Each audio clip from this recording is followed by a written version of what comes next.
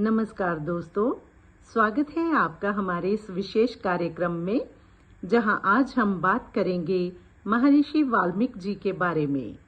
वाल्मीकि जी, जिन्हें आदि कवि कहा जाता है, जिन्होंने विश्व का पहला महाकाव्य रामायण लिखा। एक डाकू से ऋषि तक का उनका सफर केवल प्रेरणादायक ही नहीं, बल्कि जीवन की सच्चाई को उजागर करता है।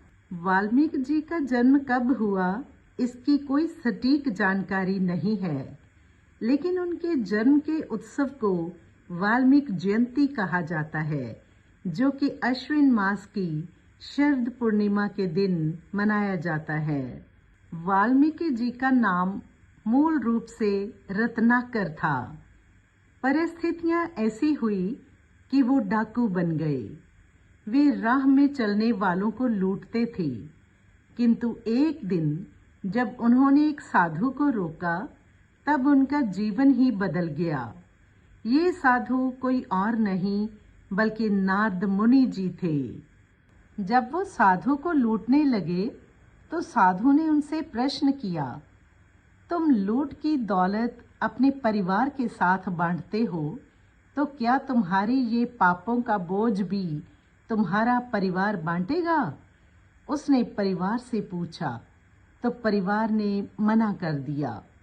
रत्नाकर सोच में पड़ गया और उसने आत्म मंथन किया, और साधु ने उन्हें राम राम जपने को कहा।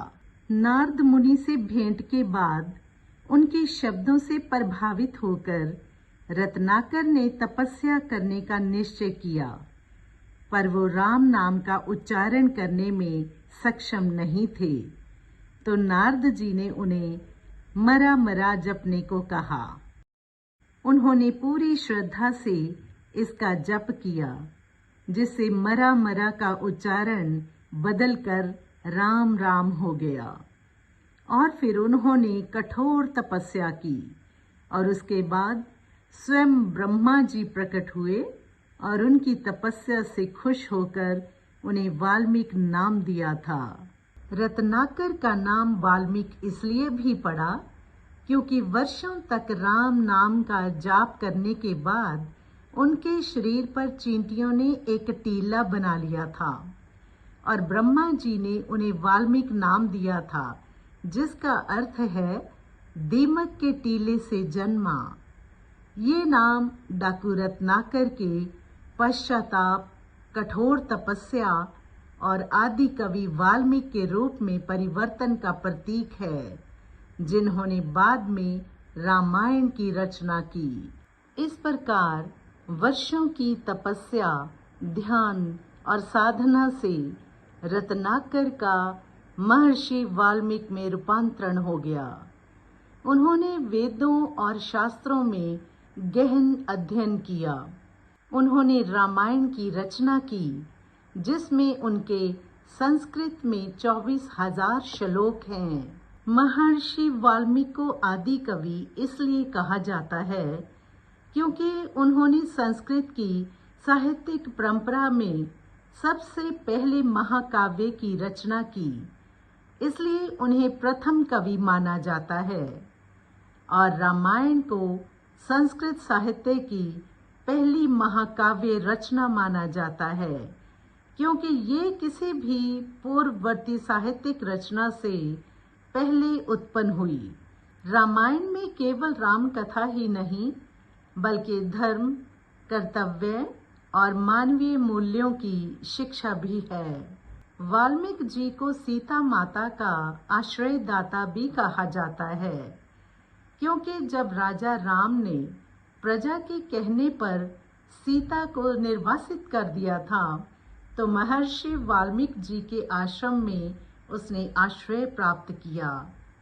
महर्षि वाल्मीकि ने सीता को उनके वनवास काल में सुरक्षित पनाह और सम्मान दिया, जिसके कारण उन्हें सीता का आश्रयदाता कहा जाता है। यहीं पर लव कुश का जन्म हुआ और उन्हें रामायण की कथा का ज्ञान प्राप्त हुआ। वाल्मीकि जी की शिक्षाएं इस प्रकार हैं।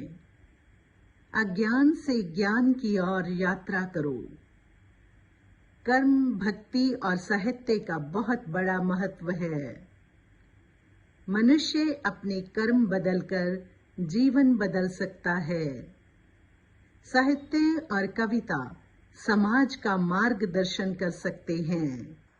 दोस्तों, महर्षि वाल्मीकि जी का जीवन हमें ये सिखाता है कि कोई भी व्यक्ति कितना भी अंधकार में जीवन क्यों न जी रहा हो, ज्ञान और भक्ति से वह प्रकाश में बन सकता है।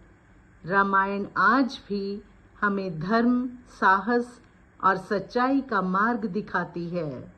आइए हम सभी वाल्मीकि जी के जीवन और शिक्षाओं से प्रेरणा लेकर अपने जीवन को सफल और सार्थक बनाएं।